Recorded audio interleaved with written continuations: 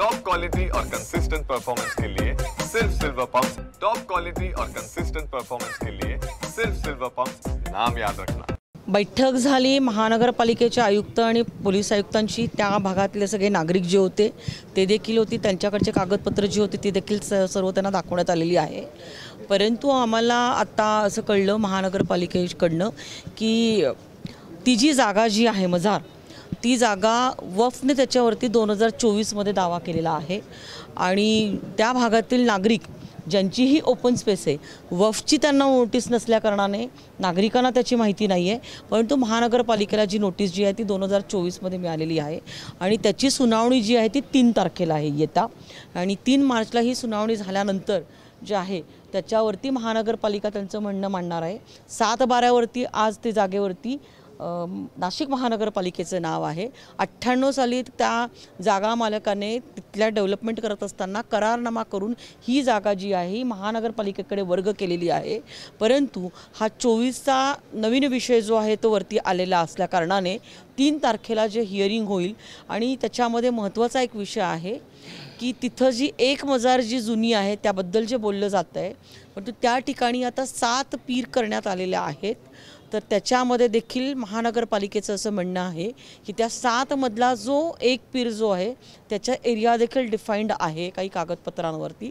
तो जो एरिया जो आहे तो कुठला आहे एक्झॅक्टली तो आम्ही आमच्या सर्वेअरला बोलून आणि त्या समाजातील काही धर्मगुरूंना बोलून आम्ही तो डिफाइंड करणार आणि ते डिफाइंड केल्यानंतर त्याच्यावरती आम्ही पुढची कारवाई करणार, निश्चित करणार, अशा पद्धतीचं आम्हाला आश्वासन। पुढची कारवाई म्हणजे जे उरलेले 6 जे पीर त्या ठिकाणी अधिकचे बांधण्यात आलेले जे आहेत, हे पीर जे आहेत हे नाशिक महानगरपालिकेकडून काढण्यात येतील किंवा त्या समाजाने स्वतःहून काढून घ्या। आंदोलकांची आता पुढची भूमिका काय आहे? 7 दिवस या विषयावरती आम्ही सर्वजण जे आहोत हे थांबणार आहोत आणि 7 दिवसानंतर महानगरपालिकेने याच्यावरती लीगल अभ्यास केल्यानंतर त्यांनी आम्हाला असं सांगितलेलं आहे की आम्ही त्याच्यावरती लीगल अभ्यास करतोय आणि असं नको व्हायला की अजून कुठलं काही डॉक्युमेंट आमच्याकडनं बघण्याचं राहून गेलं आणि त्याच्यावरती कंटेम्प्ट कोर्टामधनं होईल आणि त्यामुळे महानगरपालिका सदर विषयामध्ये लक्ष टाकून निश्चित स्वरूपामध्ये स्थानिक नागरिकांना न्याय देईल। असंही कळतंय की वफने तिकडच्या 11 एकर प्रॉपर्टीवरती देखील दावा केलेला आहे। परंतु काय होतं की वफमध्ये स्थानिक नागरिकांना कुठलीच नोटीस येत नसल्या कारणाने नागरिक हे जे आहेत ह्या सगळ्या गोष्टींपासून अनभिज्ञ राहत आहेत आणि त्यामुळे पुढच्या वफच्या दाव्यामध्ये स्थानिक नागरिक देखील महानगरपालिकेकडनं माहिती घेऊन जे आहेत त्याच्यामध्ये लक्ष टाकतील। 2 वेगवेगळ्या गोष्टी जसं तुम्ही म्हटलं की तिथल्या धर्मगुरूंना पण आम्ही बोलवणार आहोत, महापालिका प्रशासन, आणि त्यातलं जी जुनी पीर आहे ते ठेवून बाकीचे काढणार। दुसरीकडे वक्फच्या कायद्याचं नाही, त्याच्यावरती ती जी जागा जी आहे ना त्या जागेवरती वफने दावा केलेला आहे। 2024ची नोटीस आहे महानगरपालिकेला, त्याच्या आधी कुठलीही नोटीस नाही आहे आणि त्यामुळे ही जी 2024ची नोटीस आहे त्याच्यावरती आता जे काही हिअरिंग चालू आहे महानगरपालिकेचं, एक हिअरिंग त्यांचं झालेलं आहे आणि पुढचं हिअरिंग जे आहे ते 3 तारखेला आहे आणि त्याच्यावरती मग महानगरपालिका जे आहे ते कामकाज करणार। पुढची तारीख दिली तर मग काय करणार? महानगरपालिकेचा ह्या हिअरिंगमध्ये जो विषय जो आहे हा तो सोडवण्याचा विषय राहील। त्यांचं म्हणणं जे आहे हे महानगरपालिकेला निश्चित ऐकून घेण्याचा, जाणून घेण्याचा त्याच्यामध्ये अधिकार आहे आणि त्यामुळे तो ऐकून घेऊन जाणून घेऊन महानगरपालिका त्याच्यावरती कारवाई करेल। वक्फ ट्रिब्युनल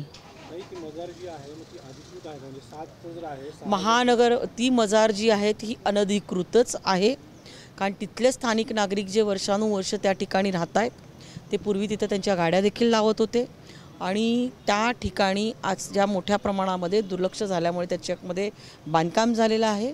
वफचा त्याच्यामध्ये आधार घेतला जातोय आणि ह्या सगळ्या विषयांमध्ये वक्फ बोर्डला देखील आम्ही या विषयामध्ये विनंती करणार आणि वक्फ बोर्डाच्याही लक्षात आणून देणार की स्थानिक नागरिकांच्यासाठीची ती ओपन स्पेस आहे आणि त्या ठिकाणी हे मोठ्या प्रमाणामध्ये अतिक्रमण करण्यात आलेलं आहे। बैठक झाली पोलीस आयुक्त, महापालिका आयुक्त, या बैठकीत नेमकं काय ठरलं?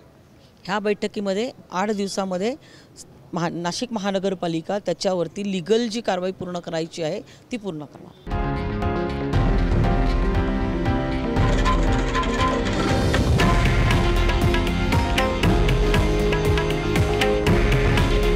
हे आहे देशातील नंबर 1 न्यूज नेटवर्क आणि आपण पाहत आहात TV9 मराठी. काळजी तुमची, हित महाराष्ट्राचं.